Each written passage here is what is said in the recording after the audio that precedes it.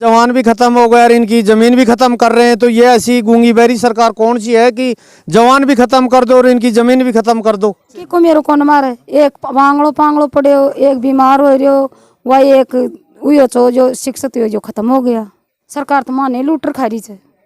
आज 100 करोड़ लेके भग गए बड़े बड़े उद्योगपति, उनको कोई आज तक उन पे कोई कार्रवाई नहीं कर रहे। इन छोटे किसान जो बेचारा पेट अपना पालता है कैसे मुश्किल से, उनके साथ ये व्यवहार कर रहे हैं। मैं समझता हूँ ये सरकार का रवैया, इन अधिकारियों का रवैया बहुत खराब है। और 2 या 3 दिन में अगर इस पीड़ित परिवार की कोई मामला प्रसंज्ञान में आने के बाद भी अगर सुनवाई नहीं होती है तो हम एक बड़ा आंदोलन का रूप देंगे और एक बड़ा संघर्ष इन परिवार के हित में हम जयपुर में करेंगे। नमस्कार दोस्तों, मैं हूं बिंटू कुमार और मैं इस समय आज तहसील थानागाजी के ग्राम पंचायत सालेटा के गांव हिसला में मौजूद हूं। और इस समय यहां पर जो किसानों का जो मुद्दा है, किसानों का जो कर्ज को लेकर जो नीलामी का जो मुद्दा है वो बहुत ही ज़ोर शोर से इस समय चल रहा है। जहां एक तरफ सरकार कहती है कि किसानों के कर्ज माफ़ कर दिए गए हैं, लेकिन एक तरफ दूसरी तरफ प्रशासन जिस तरीके से किसानों की भूमि को जो नीलाम करने की जो प्रोसेस की है थानागाजी में, 6 किसान परिवारों की ज़मीन 41 लाख रुपए कर्जा था उनकी तरफ, उसको नीलाम किया गया है। अब ये मुद्दा पूरे प्रदेश में ज़ोर शोर से चल रहा है। हम उस परिवार से मिलने की कोशिश करेंगे ये पूरा मामला है क्या, जबकि सरकार ने नीलामी के बाद इस पर रोक अवश्य लगा दी है, लेकिन कर्ज जमा होने के बाद भी अब इनको इनके जो कागजात है ज़मीन के वो कागज़ वापस नहीं लौटाए हैं। हम इनसे जानने की कोशिश करेंगे। 3 भाइयों का परिवार है ये। 3 भाइयों के परिवार में एक भाई बेटा है इनका, वो शहीद हो चुका है। शहीद के लिए अभी तक यहाँ मूर्ति अनावरण और उनको जो ज़मीन वगैरह है उनको मिलनी चाहिए थी ज़मीन यहाँ पर, लेकिन ज़मीन मिलने के बजाय उनकी ज़मीन छीनी जा रही है। एक भाई है वो कैंसर से पीड़ित है, तीसरा जो है वो लकवाग्रस्त है। फिर भी सरकार के जो मंसूबे हैं आप देख सकते हैं किस तरीके के हैं। इनकी ज़मीन है उनको नीलाम कर दिया गया है। हम इनसे जानने की कोशिश करेंगे। जो पीड़ित परिवार है वो हमारे साथ मौजूद है। क्या नाम है सर आपका? सर मेरा नाम राकेश है। राकेश जी, मैं ये जानना चाहूँगा आपने जो ज़मीन पर जो कर्जा लिया था कितना लिया था और कब लिया था? सर मैं 2010 में 1,44,000 कर्जा लिया था। तो उसके बाद में हम बैंक में नहीं गए और हमारे को नीलामी को नहीं पता कि कब नीलामी लगी, कब क्या हुआ। हमारे कोई नोटिस वोटिस घर पे नहीं दे के गए। जब हम नीलामी के टाइम पता पड़ गया कि आज नीलामी है, उस टाइम में हम गए थे थानागाजी बैंक में। तो बैंक में जाके ऐसे बोला कि 2 घंटे रोक इसको, मैं घर पर जाके आता हूँ। तो घर के लिए ऐसे बोले कि घर पर जाके आओ 13 लाख हो जाएंगे। तो फिर मैंने वहाँ के कोई दलाल थे, उसने भी बोला था कि भाई आधा घंटा तो रोक सकते हो, मैं घर वालों को फ़ोन करके पैसे भी मंगाता हूँ। तो उसने ना कोई पैसा उसे नहीं, हमारे को बाहर निकाल दिया बैंक में धक्का देके, और हमारे को कोई नोटिस नहीं दिया बैंक वाले ने। और घर वालों को परेशान किए कि फ़ोन करके रात को भी फ़ोन करते थे कि पैसा नहीं जमा कराओ, इतना जमा कराना पड़ेगा, 13 लाख जमा कराना पड़ेगा, 90,000 रुपये बढ़ जाएंगे। तो हमारे को आप देख सकते हैं 2010 में किसान परिवार जिन्होंने 1,44,000 रुपये लिया, उसके बाद ऐसी स्थिति इनकी थी कि ये कर्ज चुकाने में सक्षम रहे, किसी प्रकार से ये कर्ज नहीं चुका पाए। उसके बाद जो बैंक ने था, राजस्थान ग्रामीण बैंक से इन्होंने कर्ज लिया था 6,75,000 रुपये। इनका जो कर्ज था वो हो गया। उसके बाद नीलामी कब हुई, कितने तारीख को हुई थी नीलामी? सर 12 तारीख को नीलामी हुई थी। 12 तारीख को नीलामी हुई थी। इनका जो भाई है वो शहीद हुआ था। इनका नाम है यादराम गुजर, जिनकी पुण्यतिथि है 26/9/2020 को ये शहीद हुए थे।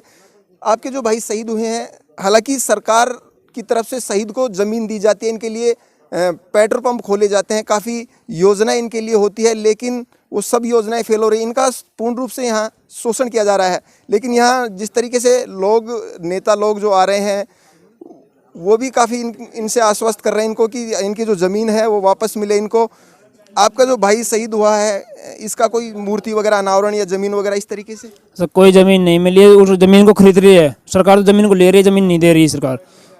तो आप देख सकते हैं जो शहीद हुआ था, जो हमारे देश की जो सीमाओं पर जाकर जिनकी वजह से आज हम सुरक्षित हैं, उन लोगों का सरकार जिस तरीके से जो शोषण कर रही है, आप देख सकते हैं किस तरीके से उन लोगों का शोषण कर रही है।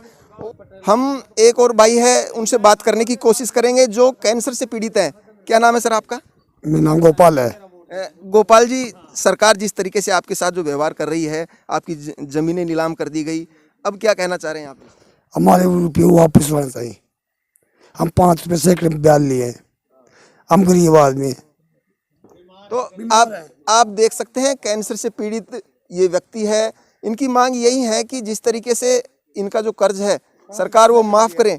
हम भी सरकार से जानना चाहते हैं कि जो बता रही है सरकार कि हमने कर्जा माफ़ किया है, हम जानना चाहते हैं सरकार से कि कौन सा कर्जा है जो इन्होंने माफ़ किया है।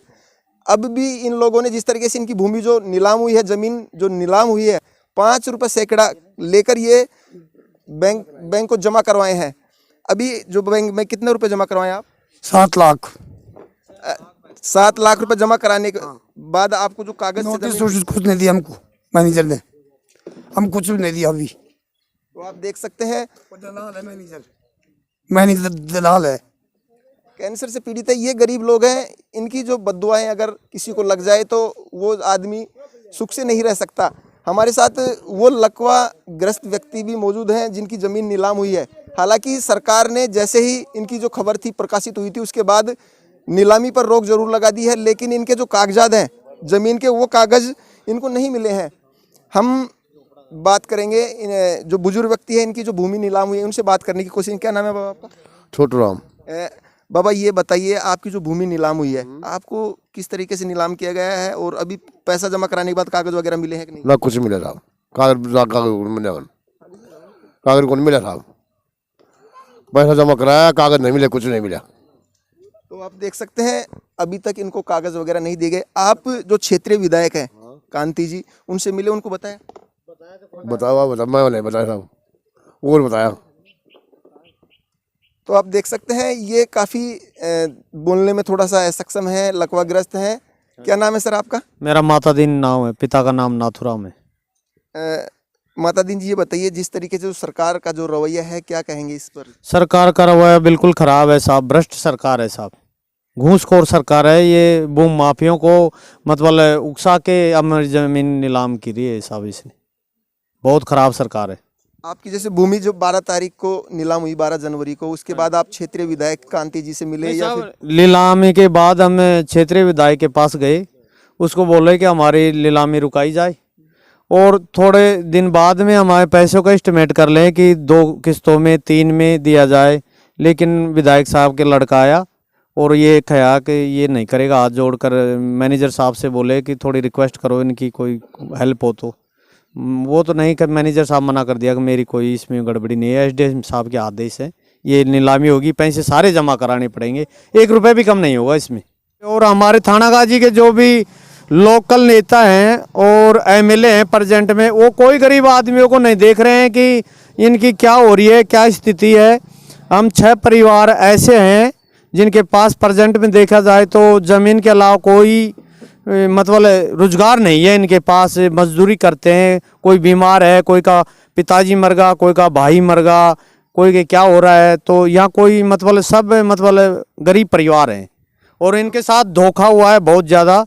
तो इसकी सब मतलब हेल्प करनी चाहिए सबको। तो आप देख सकते हैं ये जो परिवार है ये केवल कृषि पर ही निर्भर करता है। और आप देख सकते हैं जिस तरीके से इनका जो घर है, इन पर पूर्ण रूप से अभी छांद अपन बोलते हैं या छत कहते हैं, वो भी पूर्ण रूप से इस पर नहीं गिरी हुई है।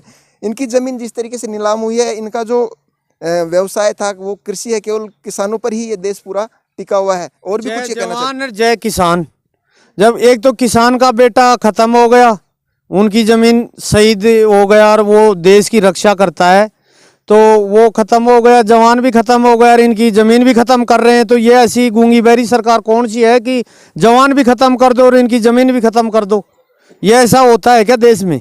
कोई कानून है क्या? तो ये बताओ, हमारी सुनाई नहीं हो रही, कोई भी सुनाई नहीं कर रहा, कोई घर पे नहीं आ रहा। और वो दलाल फिर बाद में आते हैं कि हमारे ऊपर कोई रिएक्शन नहीं हो जाए, कोई शिकायत नहीं कर दे। ये पहले तो धोखा से भाई ऐसे करो, इतना बढ़ा देंगे, 2 लाख बढ़ा देंगे, 5 लाख बढ़ा देंगे, ये कहते हैं। बाद में रुपये ऐंठ के चलो अब तुम्हारी छुट्टी हो गई, भगो घर। तो बता रहे हैं कि जैसे भारत सरकार है वो जय जवान जय किसान का नारा जो लगाती है, बता रहे हैं कि इनका जो जवान है, इनका जो बेटा है वो भी शहीद हो गया और सरकार अब जो किसान की जो ज़मीन है उसको भी छीनने में लगी हुई है। आखिरकार ये कब तक ये गरीब परिवार सहन कर पाएंगे? हमारे साथ शहीद यादराम जी की माताजी हैं, इनसे हम बात करने की कोशिश करेंगे। इन्हीं की जो भूमि थी, ज़मीन थी, किसान परिवार से हैं, ये नीलाम हुई थी। सरकार जहां शहीदों को भूमि, उनके लिए पेट्रोल पंप इस तरीके से देती, लेकिन एक तरफ सरकार इन्हीं शहीद लोगों की भूमि को छीनने की प्रयास कर रही है। हमारे साथ शहीद की माताजी हैं। क्या नाम है माताजी आपका? इमरता देवी। आपकी जिस तरीके से सरकार ने जो जमीन नीलाम की है, क्या कहेंगे इस बारे में? जैसे आज मैं ठार लिया मारकन कड़ 100 पैसा तंगी लगाया मार तो 13 लाख दो मान तड़के आज ने जो तड़के 13 लाख दो मान तो देना पड़ा कोई ना खोस पिंदर। अभी आपकी जो ज़मीन है सरकार, जैसे आपने 1,44,000 रुपये का कर्जा लिया था 2010 में, 6,75,000 रुपये आपका कर्जा आपका बन गया था। फिर अभी आपने ब्याज पे पैसा लेकर दिया, जैसे कहाँ से लिया पैसा? 5 रुपया सैकड़ा। अभी आपके जो ज़मीन के कागजात वगैरह थे वो वापस मिल गए आपको?